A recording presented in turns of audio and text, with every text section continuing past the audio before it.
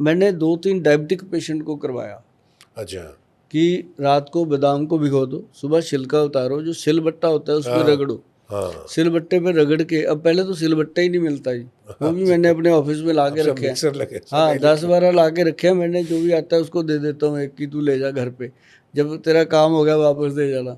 तो वो क्या है जी, सिलबट्टे पे पीस के ना जी, अगर बादाम, अकेला बादाम सिलबट्टे पे पीस के लिया जाए तो शुगर रोग को डाउन कर लेता है, डायबिटीज़ को कंट्रोल कर लेता है और एनर्जी देता है शरीर में। तो ये सारी चीज़ें अभी आज अपनी बात हो रही है। मुझे तो लग रहा है कि आज एक सूरज के आगे हम दीपक जला के बैठे हैं, क्योंकि ज्ञान आपको जितना है वो आज के वैद्य को भी नहीं हो सकता। नहीं, है ना, इसीलिए आज मुझे लगा कि आपसे डिस्कस होनी चाहिए। नहीं, मुझे उतना ज्ञान नहीं है। मुझे क्या है, देखिए गोयल साहब, मेरा एक फ़लसफ़ा है,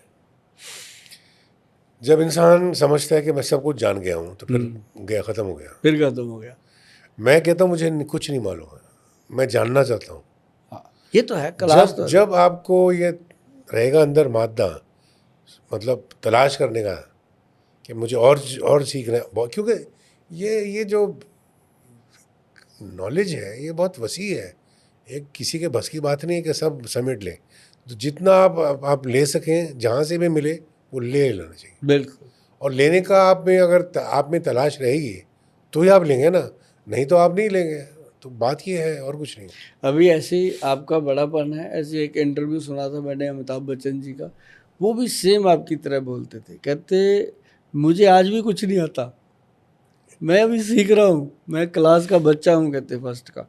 तो ऐसे लोगों की जब बात सुनते हैं ना जी, तो बहुत ज़्यादा लगता है कि हमें तो फिर कुछ भी नहीं आता। अगर इतने बड़े बड़े विद्वान लोग कहते हैं कि अभी हम सीख रहे हैं, तो इसका मतलब हम एवरी टाइम क्लास में हैं। नहीं, ऐसी बात नहीं है गोयल साहब। देखिए, आप अपनी फील्ड में आपके पास जो नॉलेज है, जो आपके पास ज्ञान है, वो हमारे पास नहीं है। तो हमारी फील्ड में हमारे पास जो ज्ञान है, क्योंकि एक पूरा हमने सफ़र किया हुआ है ना 40 साल का, जिसमें मैं यहाँ शुरू हुआ, तो यहाँ से शुरू होते होते मैं ऐसे चला, करते करते करते एक पूरा सर्कल है, वापस आया, लेकिन मैं हूँ वहीं पर, लेकिन कुछ और हूँ। तो वो एक जो सफ़र है वो सिखाता है ज़िंदगी का। जैसे आपका अपना सफ़र है, तो सब अपना अपना सफ़र तय करके एक जगह पहुँचते हैं। तो एक ज़िंदगी का जो एक एक्सपीरियंस होता है ना, और चलते चलते सीखते हैं, तो फिर इंसान में बहुत तब्दीली आती है। जो आपका एक्सपीरियंस है उसमें से कुछ हो जाए, आज 2 लाइनें कुछ आज सुनाया जाए हमारे जो आप कह रहे थे ना गले की बात। हाँ। मैंने तो इस पर पूरा बाकायदा तफ्तीश की है।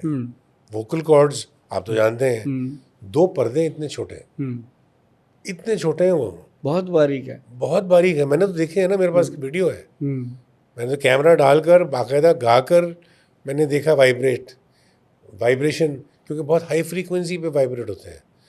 जो मर्द की आवाज़ है वो 100 मेगाहर्ट्ज़ पे वाइब्रेट करती है, और औरत की आवाज़ 200 मेगाहर्ट्ज़ पे।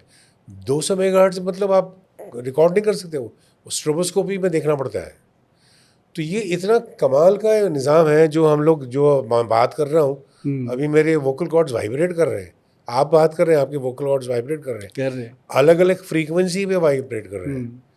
तो इसको संभालना, और वो इतना बारीक है कि जो आप कह रहे हैं ना, थायराइड, क्रिक थायराइड मसल एक है जो कंट्रोल करता है आपके वोकल कॉर्ड्स को। बिल्कुल। जितना आप गाएंगे तो वो स्ट्रेच होते हैं, जितना वो स्ट्रेच करेंगे वो मसल हेल्प करता है। और वोकल कॉर्ड्स पर एपिथेलियम होता है, एक मेम्ब्रेन होता है बहुत बारीक। अगर ज़्यादा हम उसका गलत इस्तेमाल करेंगे तो वहाँ पर कोई नर्व्स नहीं है, तो आपको तकलीफ़ नहीं होगी, लेकिन वहाँ ज़ख्म हो सकता है, और फिर आपको फिर नोडुल हो जाएगा। कई बार ब्लड निकल जाता है, पता ही नहीं लगेगा आपको।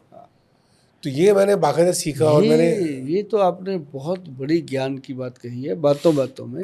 ये ज्ञान आम आदमी के पास ये नॉलेज नहीं हो सकती। आम आदमी के पास क्या है कि बड़े बड़े विद्वान वैद्य डॉक्टर के पास भी इतनी बड़ी नॉलेज नहीं हो सकती जो आपने, क्योंकि आपका देखो, आपका तो जो गला है वही आपकी समझ लो दुकान है, वही आपका रोजी रोटी है। आपको उसके ऊपर कितना ज्ञान अध्ययन किया है आपने। मतलब एक बात आज ये समझा दी आपने आज जाने अनजाने में कि जो आप वर्क कर रहे हो उसके ऊपर इतनी गहराई से वर्क किया जाए कि आप अगर किसी को अपना वर्क एक्सप्लेन करो तो वो हैरान हो